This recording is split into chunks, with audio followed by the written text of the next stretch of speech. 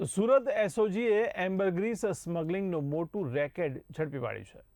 એસઓજીએ વેલ માછલીની ઉલટી એટલે કે એમ્બરગ્રીસનો 1 કરોડથી પણ વધુનો મુદ્દામાલ કબજે કર્યો છે.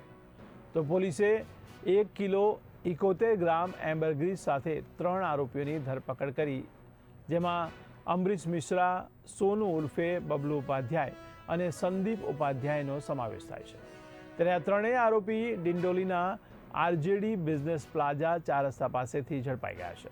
આરોપીઓ ઉત્તર પ્રદેશના જૌનપુર જિલ્લાના વતની છે. ત્યારે ત્રણેય આરોપીઓ કાવી કંબોઈ ખાતે માછીમારી કરવા માટે ગયા હતા, ત્યારે આ એમ્બરગ્રીસ મળી આવ્યો હતો. આંતરરાષ્ટ્રીય બજારમાં તેની કિંમત 1 કરોડ 7,10,000 રૂપિયા છે.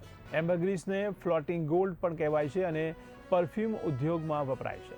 તે ભારતમાં તેનો વેપાર ગેરકાયદેસર છે. તો વાઇલ્ડ લાઇફ પ્રોટેક્શન એક્ટ 1972 હેઠળ ગુનો નોંધવામાં આવ્યો છે. ત્યારે આરોપીઓને ગુજરાત ફોરેસ્ટ વિભાગને સોંપવામાં આવ્યા છે.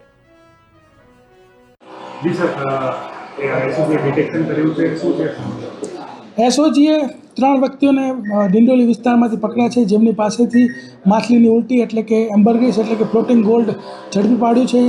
1 કિલો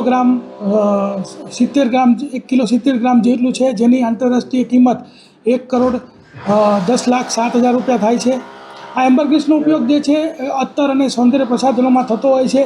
આ લોકો ભરૂચના દરિયા કિનારથી ધીરુ વાઘેલા અને ઉમેશ ભાલિયા બંને આ લોકોને વેચવા માટે 3 મહિના અગાઉ આપેલું. 1 અઠવાડિયાથી આ લોકો વેચવા માટે ફરતા હતા અને એ વેચવા માટે કસ્ટમર શોધતા હતા. એ દરમિયાન કોઈ વ્યક્તિને જાણ થતાં એસઓજીને બાતમી મળી અને એસઓજી બાતમી મળતા આ લોકોને ઝડપી પાડ્યા. 3 આરોપીનું નામ છે અમરીશ મિશ્રા, સોનુ બબલુ ઉપાધ્યાય અને સંદીપ ઉપાધ્યાય. અમરીશ મિશ્રા છે ફ્લિપકાર્ટની અંદર ડિલિવરીનું કામ કરે છે અને સોનુ ઉપાધ્યાય અને સંદીપ ઉપાધ્યાય બંને રિક્ષા ડ્રાઈવર છે. અત્યાર સુધીમાં એવો કોઈ ક્રિમિનલ